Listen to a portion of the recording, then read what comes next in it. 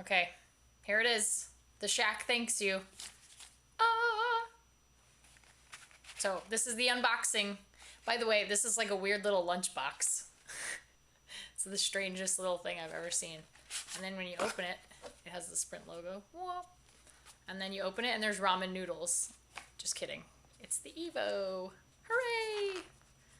My life is now complete. I can now continue my life and look how big this thing is. It's giant. I have giant hands, so this is nice. I can visit sprint.com/begin to unlock the potential of my new phone. Here's the typical red battery, HTC. What else we got in here? More stuff. We got a little get started manual, which is, it's actually, it's not too big. And then typical charger. Oh, it's like the HTC one. It doesn't fold down. That's interesting. It's like the Incredibles. But that's pretty much it. So we are gonna turn it on. Yay! Evo! Yay!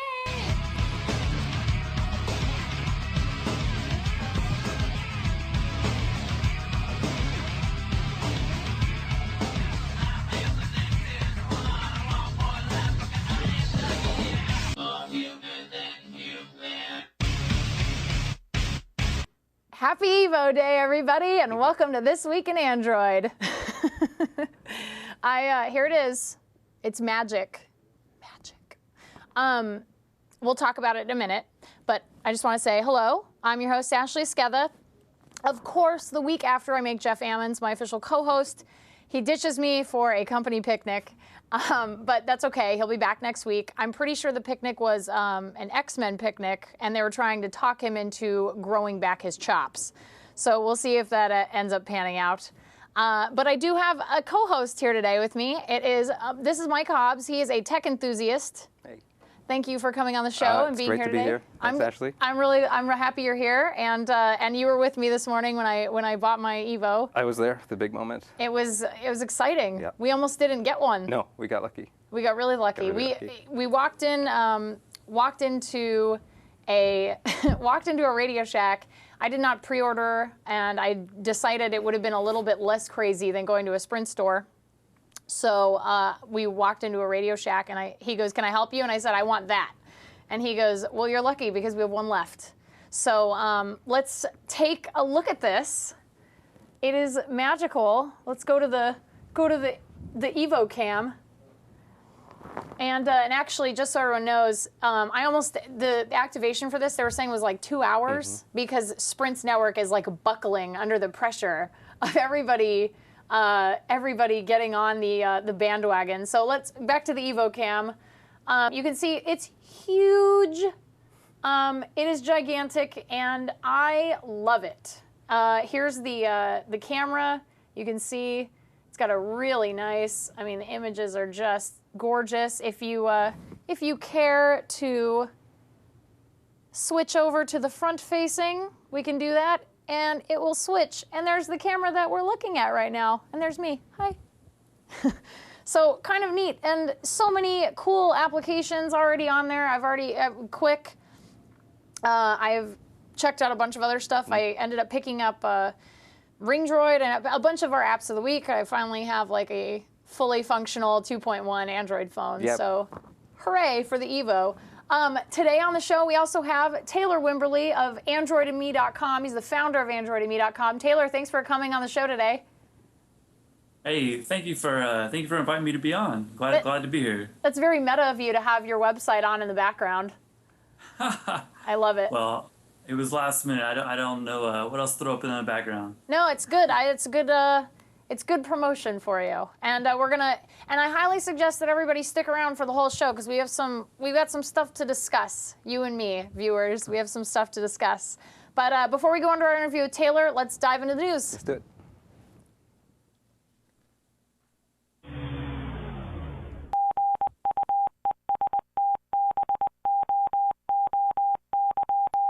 So, as I said before, welcome to your new 4G overlord. It's Evo launch day, and And we actually went to the HTC LA event last night. It was me, Jeff Ammons, Mike came with us, and our very own Michael Ludden, who came on and co-hosted the show a few weeks ago. And we had a great time. So can we put up some pictures from the event? We have a couple of pictures, and we'll tell you how it was. And it was really cool. I know that we had talked about how funny it was, because it's really strange when you go to an event that's for tech, because it's a lot of nerds that are like hovering over their own stuff, and including me. I mean, I include myself in there. We're all huddling over our own devices. Yep. And no one's really socializing with each other. And then there's like HTC people walking around and showing the device to everybody. So it was really funny. It's like to be at such a... No, it's like a swanky event with a bunch of geeks at it. Geeking out over a phone. Yeah, exactly. Geeking out over phones. So it was really cool. It was funny. So here's this is the Cress. Out in LA, and there was they had this great tarp and a view of Hollywood, and surprisingly, 4G was up and running. Well, I thought one guy said it was 4G, but I thought the other guy said no, that was just running 3G. I don't know. I saw the 4G icon on the one guy's Evo, and he had said it was in beta in Hollywood. Mm-hmm. So if you're in Hollywood, you're very lucky, and you get to enjoy 4G if you have an Evo today. Do we have any more pictures? Any favorites of anyone's? But it was gorgeous. It was really fun. Here's the DJ. She was really good, actually. Yep. I quite liked her. That was a good DJ. I tried really hard to get interviews, but it was loud. It was too loud to talk to anybody in any real way. Yeah, the music was really good.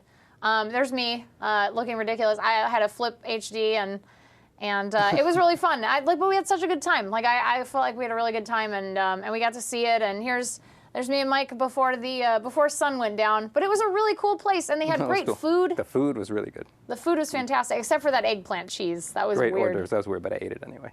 You did, because you're a nice guy. You didn't want to be rude. No. You wanted to be polite. So yeah, it was really cool. Yeah, it was sort of like Asian fusion, but also they had like skewers. It was really, really neat. So yeah, the Evo. So thank you, HTC, for throwing a fantastic event. Yeah, just for fans, right? Yeah, and it was open to the public. Like anybody could go. It was weird to get recognized. That was a really. I was like, hey, you're from This Week in Android. I was like, oh, that's so cool. Like, wow. But I didn't know what to do. Yeah, I felt like such a jerk. I'm like, I felt like I should have been more like impression. Like I should have made a better impression. No, it's impossible to live up to expectations. So I'm sure you were just being there was enough.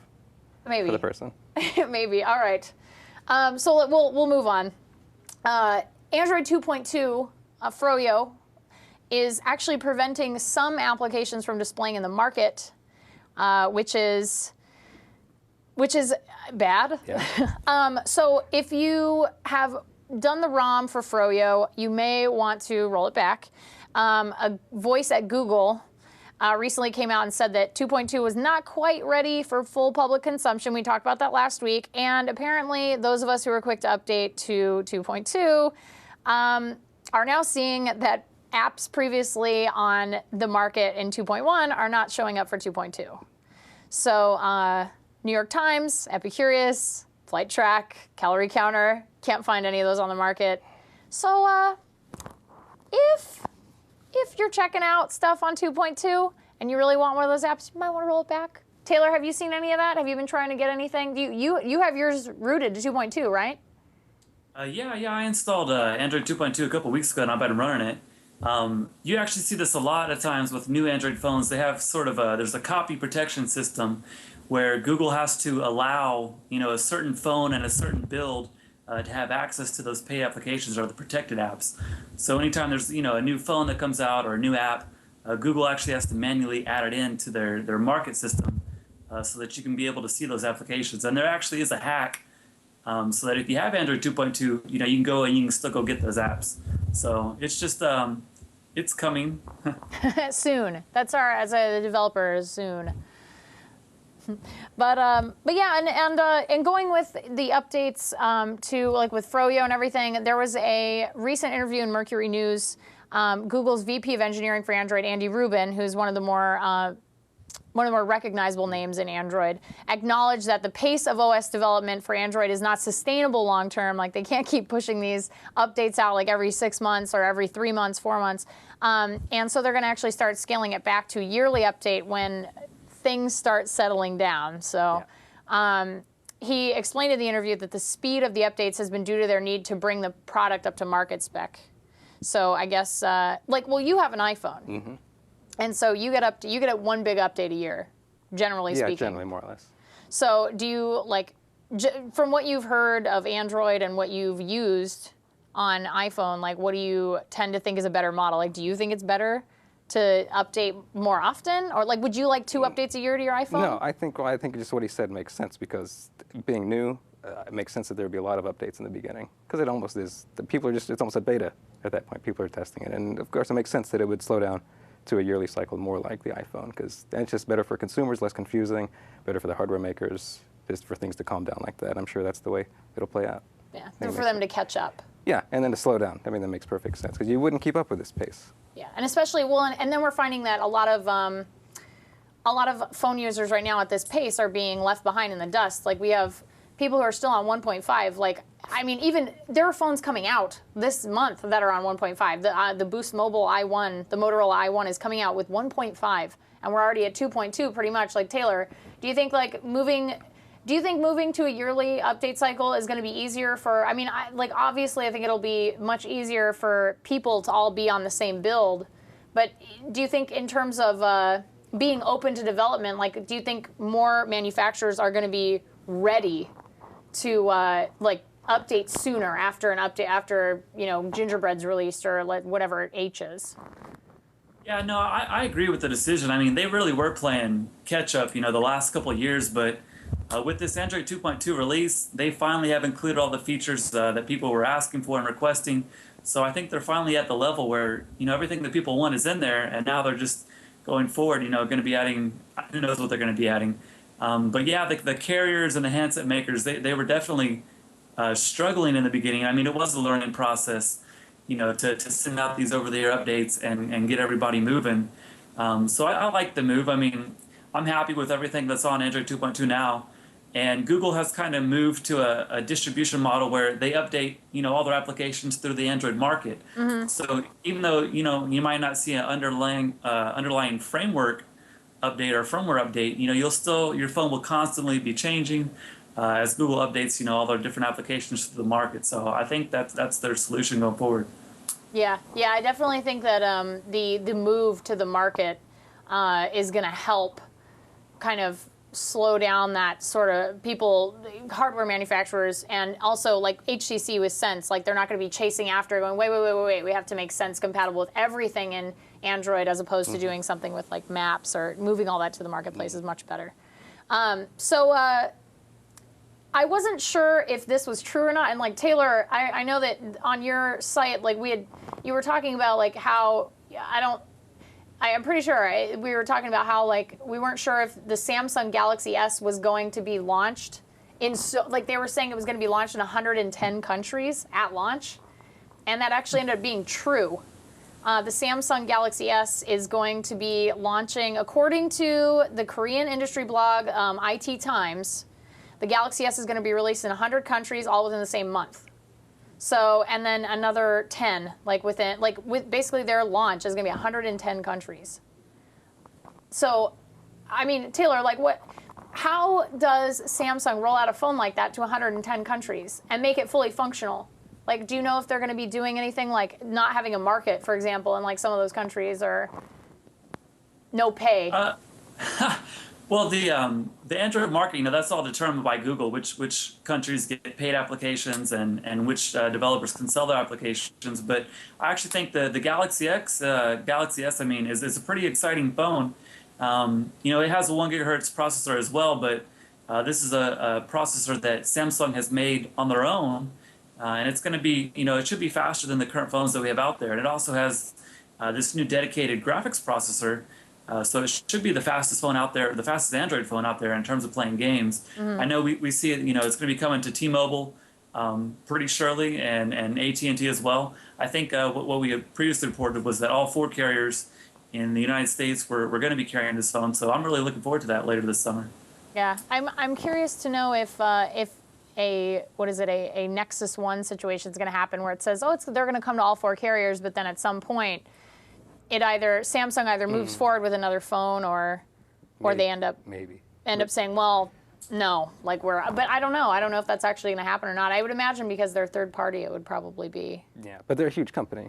That's true. They might be able to do that. They might be able to swing all four. But then you have to use TouchWiz, That's which I true. think has got to be the worst name for a phone interface there's ever been. TouchWiz. Well, it's right in front of I'd say Moto Blur, or Yeah, what was but it, Ninja Blur? even That that's doesn't not- really even exist. As bad as TouchWiz. So, yeah, like I just yeah, that's But it's probably a beautiful phone. The screen, the it's Super really AMOLED, pretty. it's beautiful. unbelievable. Could be pretty nice. I know they were talking about Taylor. Have you heard anything about the QWERTY keyboard version of the Samsung Galaxy S, the Pro? Like we saw some renders of that.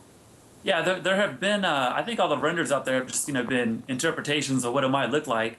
But there are some pretty solid rumors out there that eventually Samsung might release a separate version of this phone that will have a QWERTY keyboard. But I expect, the first wave of these phones, they're all going to be touchscreen only. Yeah.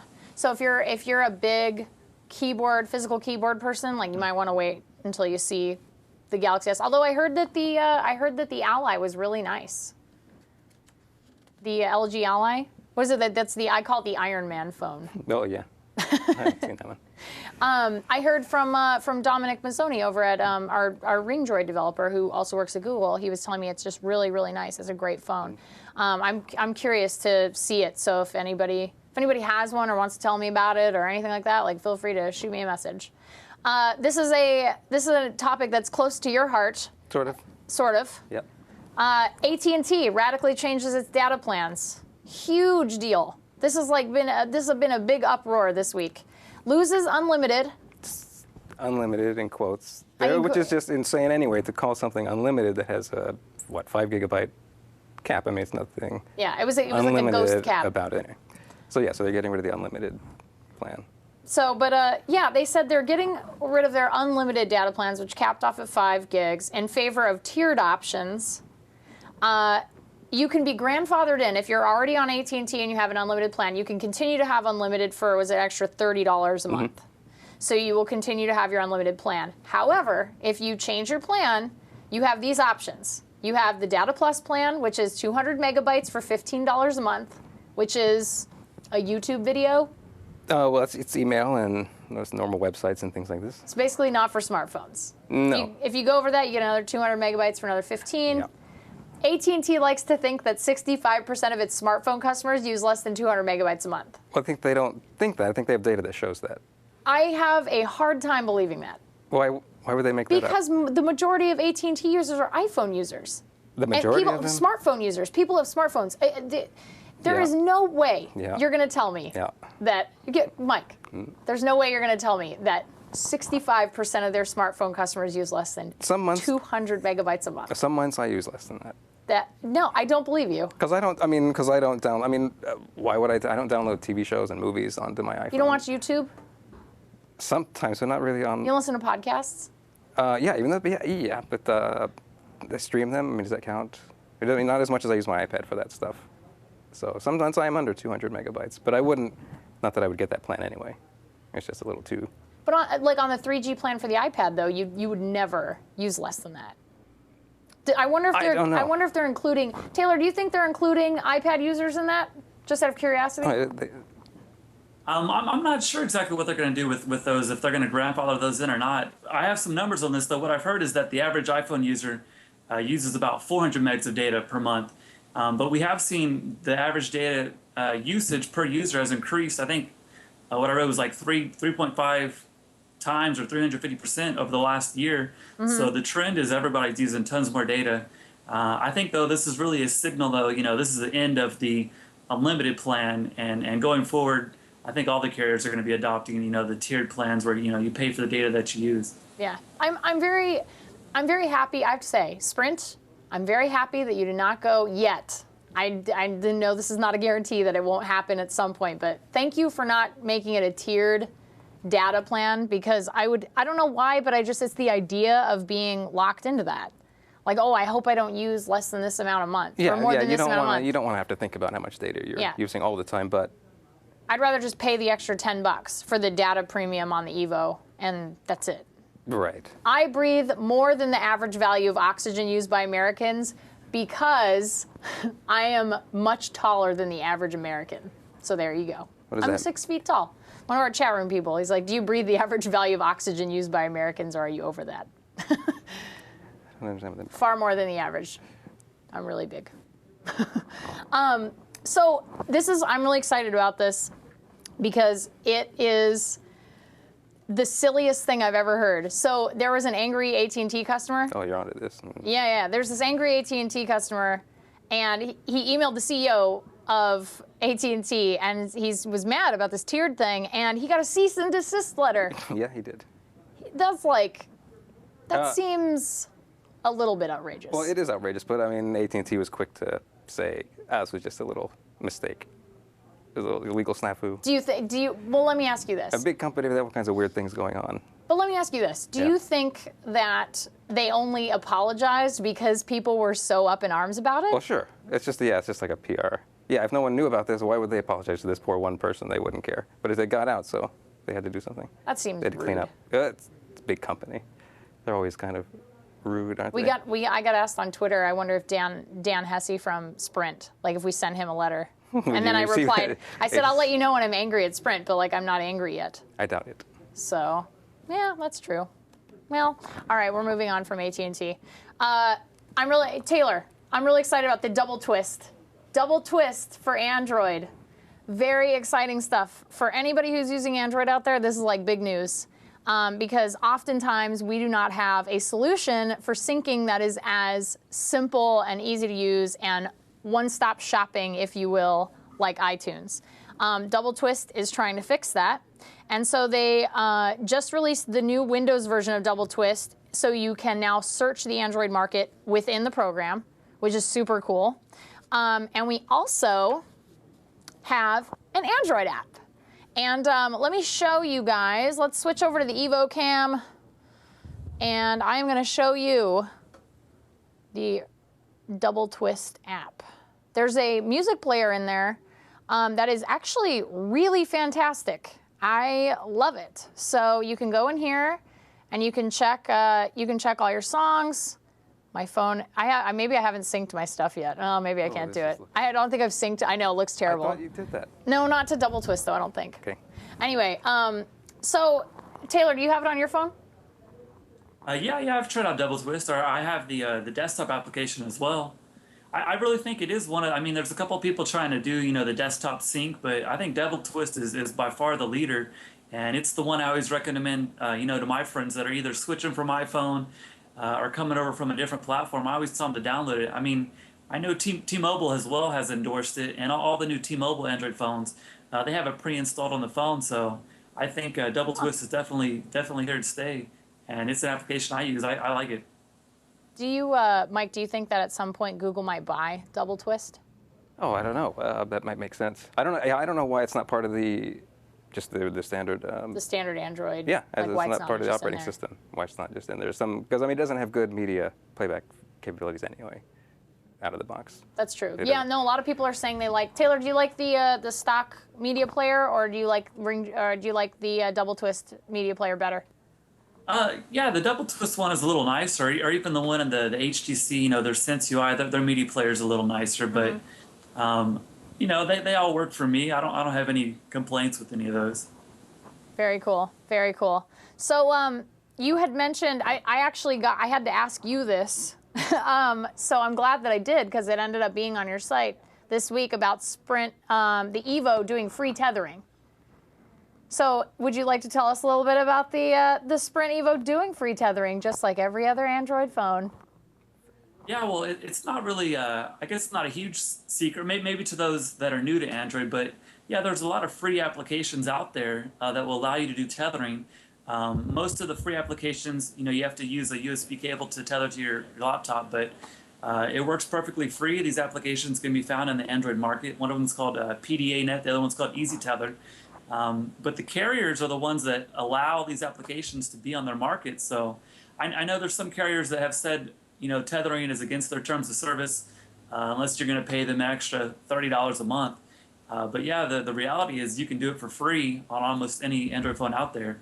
And if the carriers want to stop it, they can block these apps and take them out of the market. But as long as the applications are on the market and you can go download them, I don't see any issue with it. Very cool. Do you think, either of you guys, do you think that the reason why they haven't blocked any kind of apps like that is because they really don't, as long as you, let's say you're on AT&T and you have a Nexus One and you're tethering, now with the new tiered data plans, let's say you're on a tier, do you think that the reason why they don't block stuff like that is because A, you haven't hit your cap, and B, because like, especially with like something like Sprint where you can be a mobile hotspot, in terms of that, like maybe the $30 a month is because they know you're going to be using up to 8 devices with it. So as long as you're just using one, maybe they just sort of look the other way. Like, I think so, but I don't think that'll last. how long do you think it'll last? 3 months? That's it? Yeah. You think only 3 months? Yeah. And then they'll start charging. I'm going to write that down. You write that down. Personally, yeah. I mean, because AT&T is going to charge it. We didn't talk about that with the iPhone. There's going to be a tethering fee for the iPhone, which is, I think, $20 on top of the Data Pro, which you have to get. How much does the Data Pro plan on? That's $25. Oh, okay. So that's 2 gigabytes and then $10 for each gigabyte Jeez. over that. Ugh. Which is still, I think it's okay. I think I'm going to be paying less than I was. So that's why Well, I think that's it's good. okay. And Less than I you think, and it's true, most people will be paying less. But there would just be a tiny percentage of people that are going to be real upset Yeah. about it. But. Well, I like to raise a fuss about things. Of course. Thrash about. Yes. So the I really like this story because so rarely do you hear about how Android becomes extremely useful in situations that you normally wouldn't imagine a cell phone to be useful. But Android and Google Latitude protect and serve a forum member on AndroidCentral.com. Really neat. So a forum member on Android Central, Mapex Venus and his wife were driving to Tahoe, and they stopped for a break at a rest stop, and their car got robbed, and their car actually got stolen. And along with their other stuff, one of the items taken was the forum member's wife's Droid Aris. And they called the CHP, and they remembered that they had Google Latitude on her phone. And so they used his Droid Incredible and tracked his wife's phone as it was sailing down the highway, down the I-5, and the CHP got the info, they nabbed the suspects, got all their gear back, and everything was recovered, and those jerks who stole their car totally got arrested, which, really cool. Like, I love the little phrase that they had at the end of this article, which was, crime fighting, Droid does. I think that they should, like, interview these people for a commercial. Oh, that's a terrific tale. I mean, it's just, by the way, I mean, I wouldn't feel very good going after the people that stole my car. I'd be afraid of them, but it's good that you can do this. You'd be afraid? I'd feel so good. I'd be like, vindicated. My droid is going to give me, like, some kind of vindication of revenge. A revenge. For stealing all my stuff. Yeah. I'd get really angry. Well, you should. I'd have chased them down myself. Vigilante justice. Yeah, that would have been better. Taylor, what anything in terms of your neck of the woods where you've heard anything like this? Yeah, there's actually quite a few free applications out there that lets you track your phone and lock it or wipe the data if you lose it. The one I use is called Mobile Defense. You can find that at mobiledefense.com. But yeah, if you go to their website, they have a forum, and there's tons and tons of customer testimonials of similar type of situations where people lost the phone, then they tracked it and they were able to get it back. But yeah, Mobile Defense is one. There's another one called Wave Secure, and those are free in the market. I would suggest every single Android user install that. I mean, you're going to pay $500 for a phone. You want to know where it is in case you lose it. Yeah, why? Especially if you're that poor guy who lost the Apple phone, he wouldn't have been able to do that. Well, they did remote wipe it, though. I mean, you can always find my iPhone. You can remote wipe it, but you need to have a laptop or a PC or a Mac to do it. Type stuff in. You can't do it from a phone. Oh, yeah, Find My Phone. Yeah, you're right, JProz. JProz in our chat room says iPhone has Find My Phone. I didn't want to rub it in. It's had that for a while. Oh. But, there you go. You can rub it in. That's fine. It's fine. It's okay. That's all right. It's on This Week in Android. I don't want to rub it in. So our Google search now has results for apps. Like if you go to Google and you type in, let's say, like Ring Droid for Android, it'll pull up in the search box. It'll say Ring Droid for Android. So like if I go to Google on my laptop and I type in, let's do, what's a great app? Zillow for Android. And can we go to my laptop screen? So, and you can see that the very first thing is Zillow.com/Android, but they also have, and there's the QR code right there to download, which is pretty cool. You will get search results on your screen that'll say like send to my phone. I'm good. We're back to being meta. Yeah, like it's really neat. Like you can now find Android apps, which I know for a while it was really difficult to find apps like through web browsing. Yeah. I mean, that was always a thing I liked about the iPhone. So easy. Yeah. I mean, well, yeah. obviously. I mean, and that's the value of having something like iTunes. A closed ecosystem. A closed ecosystem, right? Yeah. So, I like Taylor. Do you think that as Chrome OS gets a little bit more advanced? I mean, at I/O, you were at I/O. And you got to see the advances that are coming in Chrome OS, especially with the Android Marketplace, the integration with Google TV, things like that, the push to your phone options. Is there anything in terms of this that they sort of showed, or is that are maybe coming in the future? Yeah, they didn't show this particular search feature on their search engine, but yeah, they did show off the send to phone that you were talking about, which is a plug into the Chrome browser. I've actually been using it on my Nexus One. It's really awesome. I mean, if you want to send a link to your phone or location, you can search on your computer and instantly send the route to your GPS, and it pops up the navigation app. So that's really cool features. The thing I think I'm most excited about though is their online market that's going to be coming. They didn't give a date for that, but I assume it's going to be later this year. I think that's the thing that I'm looking forward to the most. Yeah, I'm really looking forward to the online market. I think it'll give a little bit of iTunes-esque to eat crow here. It's very. I mean, it is a very elegant solution. It's a one-stop shopping. Yeah, there needs to be coherence to that like system. You said, closed ecosystem works very well. So I have to apologize to Quick because, like many other. Like everyone did that Like day. everybody did last week. I jumped the gun, and there was a lot of talk about Quick having an extra $5 mandatory charge for their video conferencing and their capabilities with Sprint. And so it seems that the frequently asked questions has been misinterpreted, and there are a premium set of features that will be offered. Right now, they are free until, I believe, July. Is that right, Taylor? July? Yeah, July 15th is the date when that cuts off. Very cool. And so so the $5 a month, if you choose to accept it, is actually going to have your $5 will be optional. Taylor, I know one of the things was the what are some of the options? I've got a graph coming. What about the resolution? I know you can get there's video voicemail, you have a higher resolution, you have premium support if you have any questions that you want to ask them. And I think you have unlimited storage if you want to upload all your videos and save them all. Very cool. Yeah, and I know that Android Central put up a really nice looking graph, and I'm trying to get to it, but my laptop is being very slow. I think Our network there's is being crazy right now. Premium feature is group calling. Oh yeah, group calling. Group calling with premium.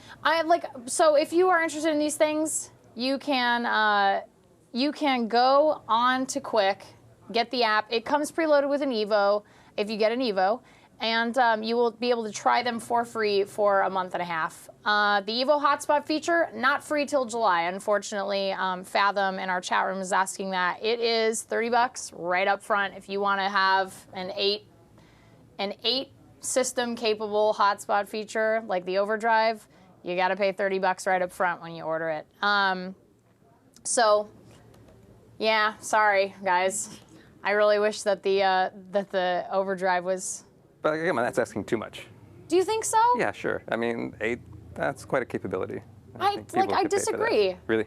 I think $30 is too much. Oh, maybe it's too much. Yeah, I would agree with that. Well, yeah. I mean, that starts to add up. 25 isn't much better. It's 60 for the cheaper unlimited data plan. It's $69.99, and then you've got the $10 fee for the 4G data mandatory fee that's tacked on to just, it's basically an Evo fee. Yep. This is the $10 a month they're going to charge you for having an Evo. I call it a cool fee. So that's a nice way to look at it. See, you're not mad about that, but you're okay. Cool. Yeah, but you're okay. But well, see, that's the thing. They're already charging me $10 for that. So, and then you're going to say, oh, it's another $30 for tethering, like for the hotspot. Even though, I mean, I understand that it does free tethering, everybody. I get that. But like, still. Like, that's an extra $40 a month. That's almost double what my plan was. Yeah, but then you got this cool thing that you're doing. Well, yeah, I guess. I don't know. I just think that that's sort of silly. Yeah. Well, if people don't go for it, they'll lower it. We have a question in our chat room about the HTC Scorpion. Taylor, you want to take that one? Because I know that I had seen a couple of things about the HTC Scorpion the other day. Yeah, there's always rumors of lots of future HTC phones coming out. The Scorpion was just one. I think initially, several months ago, it was rumored for Sprint, but the latest on that was saying that it's going to be coming to Verizon. And they said it's going to feature the new Qualcomm Snapdragon processor that'll be running at, I think, 1.5 gigahertz. And I think the other rumors were saying that it was going to have, the latest Android 2.2. Right now there's not a lot of hard details. I mean, it's just a lot of rumor and speculation. But from what I've read, it sounds pretty believable. I mean, HTC is the number one, in my opinion, the number one Android handset maker. So I know they're always cooking up something good. And we have a secondary question to that is, are Tegra chips coming to Android handsets? Now, I've heard they are. Yeah, NVIDIA said, well, this is debatable. Like, NVIDIA said that their Tegra 2 is going to be in smartphones this year. I really don't think, we're gonna see it until 2011. Same thing like with Intel. Intel has their Moorestown CPU, which is designed for smartphones and tablets. And initially they said that was going to be coming out this year. And I think they later backtracked and said, that'll be 2011 as well. So I think most of these next generation mobile processors, we're not going to see them maybe this Christmas season, but I would say 2011 is when we're going to see the next generation of these processors. Cool. Well, that's it for the news. That's it. You've made it this far. Are you still okay? No. You're not? No, I'm not okay. I know you're nervous. It's okay. It's fine. Everybody, you're doing great. So let's talk about AndroidandMe.com, because our app, we did not have an app for the week. We have an interview for the week because I really wanted to talk to Taylor about his website. It's my personal favorite website to get my Android news from.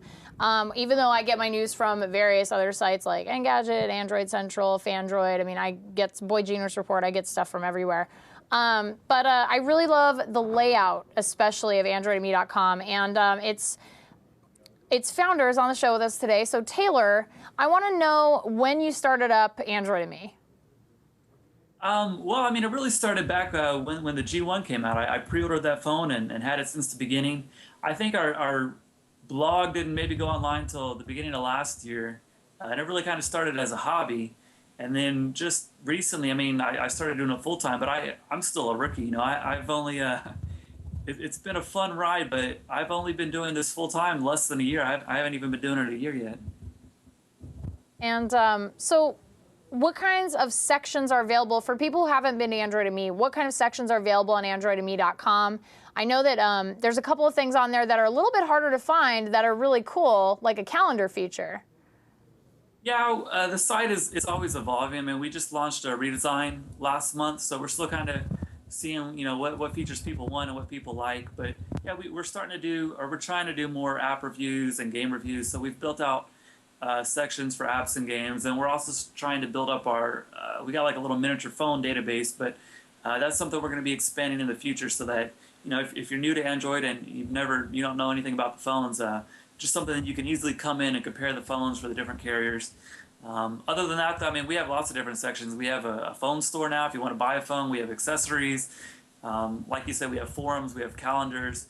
But our main thing, our bread and butter, is just going to always be our blog and our news updates. So you mentioned your store. And for those who are looking to buy an Evo, I have heard and seen that you have quite a fantastic deal on your site right now.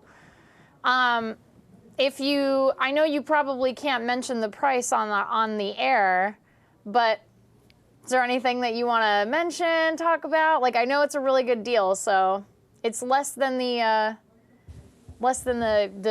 price after rebates. Yeah, no, our store is something new that we launched, and it's actually run through Simplexity, which people might know not that name, but they're the same people that run Wirefly.com, which I think is one of the largest online phone stores. So they've been a really great partner with us. I mean, we've just started that a couple of months ago, but yeah, I really enjoy the store that they offer us. I mean, they have great deals. You don't have to worry about, mail-in rebates and stuff like that from the carriers. So they have lots of good prices. I mean, yeah, like you said, different carriers have different rules on when you can announce the prices and whatnot. But generally speaking, yeah, most of the phones, you will find them cheaper than you'll get them on, from the carrier store or Best Buy or Amazon. I mean, there's great prices. I'm very happy with what we're able to offer. Yeah, and if anybody out there is looking to get an Evo, I highly recommend going over to Android. If you don't mind waiting for the shipping and you didn't get one today and your area is sold out and you don't mind waiting for shipping and it shouldn't even take that long, please take my advice and go over to Android and Me, because it's it's cheaper than you can get anywhere else. Like, I would go. So you went to I/O, which I'm very jealous of you. But what was the major things or ideas that you took from your trip up there? Wow, I mean, this year was it was just so action-packed the whole trip we were there. It was funny because we actually got to go last year, and just the comparison from last year to this year was insane. I mean, last year they were trying to give away passes to get people to come, and this year, it's sold out in a few weeks. But that whole trip was just a great experience, and we had a lot of fun there. That's really cool. And how are you enjoying your Evo? You've had it a lot longer than I have because I got mine this morning. But are there any major flaws you think that people should know about? Are there, I have heard, I know that a couple people, we were talking about battery life, and we'll discuss that right now. I think this is a good time to discuss it. I've heard that the battery life is left a little bit to be desired. I know when I reviewed the Incredible, I wasn't thrilled with the battery life. It was horrible. So let's talk about that. Taylor, tell me a little bit about your experience with the Evo so far. I honestly don't have any complaints with the battery so far. It does have a 1500 milliamp battery, which is larger than most of the other Android phones. Most of these Android phones, I mean, it's been my experience that there is some kind of a burn-in phase or calibration phase where the first couple days you might have a shaky battery performance, but as time goes on, it gets better. And what I've seen so far in testing the Android 2.2 on my Nexus 1 is that the battery life is just going to keep getting better as time goes on. So, I mean, I really don't have any complaints. Maybe that's because I've been using Android for over a year now. If this is your first smartphone or you're just coming to it, I can understand how some people might be disappointed in the performance, but, it gets me through the day. You just need to know you're going to have to charge it every night, and you will probably want to buy a car charger. I would recommend a car charger, but that's not for the Evo. I mean, that would be any Android phone. It's always nice to have an extra charger around. Do you, how many hours of average use are you getting per day on your Evo? Before you're desperately in need of a charge? Yeah, I mean, it gets me through the day. It'll go 12 hours. It really, it can vary greatly, depending on how you use it. If you're going to turn that mobile hotspot feature on, and share that with 8 devices, well, then your battery is going to go out in a couple hours. Mm-hmm. But, just normal, everyday, average usage, it's been fine for me. I mean, I know I'm probably in the minority here because everybody said the battery sucks so bad, but for me, I really haven't seen any difference, from the other Android phones. And that's just, that's how the battery technology is now. I think it's going to be a while. I saw this interview with the HTC CEO, Peter Chow, the other day, and they were questioning him about that, the battery life of the Evo. And his response was, he's always in constant communication with all his battery suppliers. And I don't know if there's any, huge revolution in battery technology coming this year or next year. Mm-hmm. So that's something we're just going to have to live with. I mean, I don't have complaints with it. Do you think that the battery life improves specifically on HTC phones because of Sense? Because I've heard a couple of people claiming that over time, the phone sort of learns to not use programs that you don't tend to use, they don't tend to utilize. It will end up shutting them down and not having them on because it knows that you won't use them unless in a rare situation. and someone had suggested to me that potentially HTC Sense is the reason why that is. I really hadn't heard anything specific to HTC in regards to battery life. I mean, the handset makers and the carriers, they do, they tweak this over time with over-the-air software updates. But I really haven't heard anything specific to HTC that I can tell you.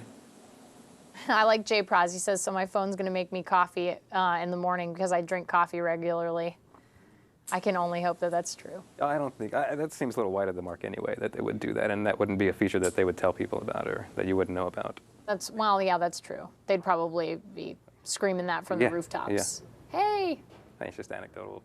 Your phone gets to know you. Yeah. That would be weird. Know that. You would know that. That would be so weird.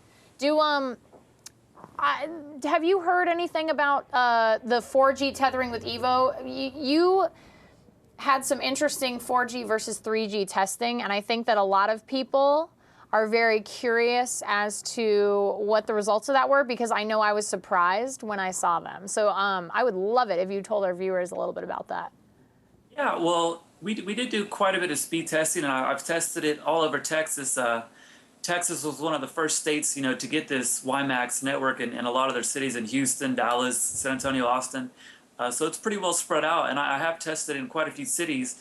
It actually is. It is really fast. I mean, on average, it's faster than all the other carriers' 3G networks. The only thing that I can say is, I had a little bit higher expectations because I had been using a Sprint Overdrive, which is their mobile hotspot. And with the Sprint Overdrive, I was able to achieve a little bit faster speeds, in the range of the 5 to 6 megabits per second, which is what Sprint is advertising. They advertise that their 4G will do 3 to 6 megabits per second. But yeah, in my day-to-day testing, I don't think I was ever able to break the 3 megabits per second, which is, like I said, I guess maybe a little bit of disappointment to me just because of the way how Sprint had been advertising it. Mm-hmm. But I can say that it is constantly fast and very reliable. I mean, rarely did it ever drop below 1 megabit per second. So pretty much everywhere I tested, it was a very reliable connection. Just, it didn't quite live up to my expectations that I had initially. But my hope is that, over time, this is the first 4G phone, the first 4G handset. I assume that over time they're going to update the radio firmware and they'll update, their towers and tweak the network. So I expect going forward that we'll see the speeds hopefully continue to increase. Yeah, yeah. And in our chat room, Coconut H2O, I just want to let you know, if you weren't here at the beginning of the show, we went to the HTC event last night, and Hollywood has 4G right now. They're beta testing it. So keep that in mind if you have a 4G capable phone around. What has how do you think Android is going to grow because you run androidme.com and because you're in the news every single day? I'm curious as to what your opinion is of how Android will grow in the next 6 months and in the next 12 months. Well, the interesting thing about Android is, it's not just about phones. Android is really it's about everything. Any smart device going forward that has an embedded operating system, I believe will eventually, come down to Android. You're talking about the next 6 months. We'll definitely have the Google TV, which is powered by Android. That's, we got Sony and Logitech and Intel all working on that. So that'll be in the next 6 months. You'll have TVs all over Best Buy and things like that. And then looking forward to the next 12 months, I know we're going to be having it in a couple of cars. We have the OnStar system with the Chevy Volt, and a couple other cars are going to be using it. But the other interesting thing is, there's a lot of your home products. I mean, we saw some of this at CES. I think there was a company called Touch Revolutions, but they were already putting it, in your microwave and in your refrigerator and even in your washing machine. So I think that's what we'll see going forward is, your phone is going to be like your remote control. I know they talked about that for Google TV. It was going to be your remote control for your television or for your box. So yeah, they do have an application that will allow you to control the TV with your phone. But yeah, you just take that forward. I mean, you'll be able to control your car, locking and unlocking the doors, and even control your clothes in the washing machine and things like that. So it's really exciting going forward. I mean, I don't really see any end to what what can be utilized with that. How, I've got a question in our chat room for you. Do you think that you are going to be publishing complete GPU tests of Android and also maybe compare with the iPhone and the iPad? Yeah, we're actually, I was working on this week a pretty in-depth GPU test. In the beginning stages of Android, we didn't have a lot of benchmarks. So it was kind of hard to compare these phones. But over the past week, there's a lot more, benchmarks that are coming out. And I think with some of the new phones coming out, like the Samsung Galaxy S and the new the Motorola Shadow or the Droid 2 that's supposed to be coming to Verizon, the graphics processors have definitely, stepped up where people want to know how is this going to perform. And that's something we found in our early testing, which some people might find surprising. The Motorola Droid, even though it came out last year, it still has the fastest graphics processor. So if you just want an Android phone to play games, that's all you're going to do with it. The Droid is still the best phone for that. Even these newer phones that have the 1 GHz Snapdragon processor, they might offer overall greater system performance, but the Droid still has a better. I think it has PowerVR SGX GPU. So I think going forward there'll definitely be more of a spotlight placed on that. Do you have like a ballpark date where we might be seeing that on Android and Me, like where people could start like checking it out or keeping an eye open for it? Oh yeah, well if anyone wants to go to our YouTube account, youtube.com/AndroidMe, there's actually like a sneak peek video up there. We were testing I think we had 4 high-end phones, the Incredible, the Droid, the Evo, and the Nexus 1. So I matched those up against each other. But yeah, hopefully over this weekend or the next week, I'm going to do a comparison with that and the Samsung Galaxy S and the Motorola Shadow. So hopefully in the next week, I'll have a full report on that. But if you want to get a sneak peek, just go check out YouTube. Very cool. And thank you so much for coming on the show and being here today. And we really, really enjoy reading your site. Looking forward to seeing the site continue to grow as Android continues to capture market share. And if anyone is out there watching and wanting more information, if you want to shoot over some questions, please do. You can find Android and Me on Twitter @AndroidandMe. Or online at androidandme.com. And like Taylor said, you can also find them on his YouTube channel, which is youtube.com/AndroidandMe. So thank you so much, Taylor. Thank you very much for having me. Have a good day.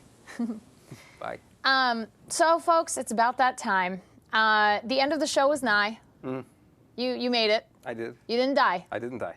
That's good. I survived. You did not have a viral YouTube moment. I think now I'm looking back, that's unfortunate. You didn't have, like, the light didn't fall on your head? I didn't collapse or just have start bleeding on the table or anything like that. If you would have started bleeding on the table, I think I would have been extremely concerned. Yes, good. People don't start doing that. Jeff never does that. No.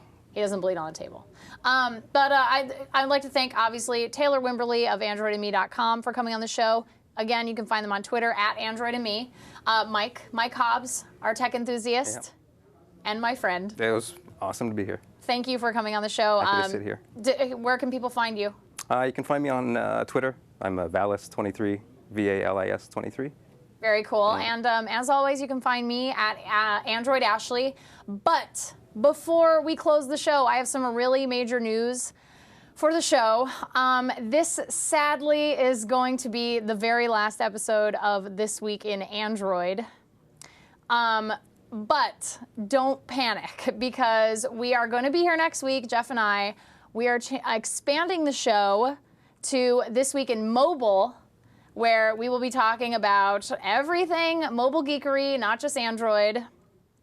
I feel like we should explain a little bit, and I made it a point to write everything down about why we felt this was the best thing to do, because there's so much going on in the mobile space that we feel we're not talking about every week.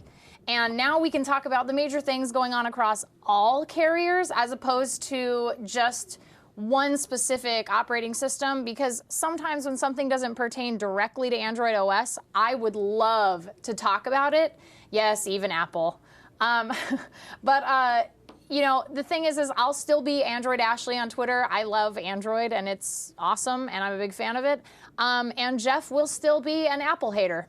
So we will get to talk about everything mobile now. And Jace Break, I want to say to you, yes, people can watch Engadget, but there's room for both of us.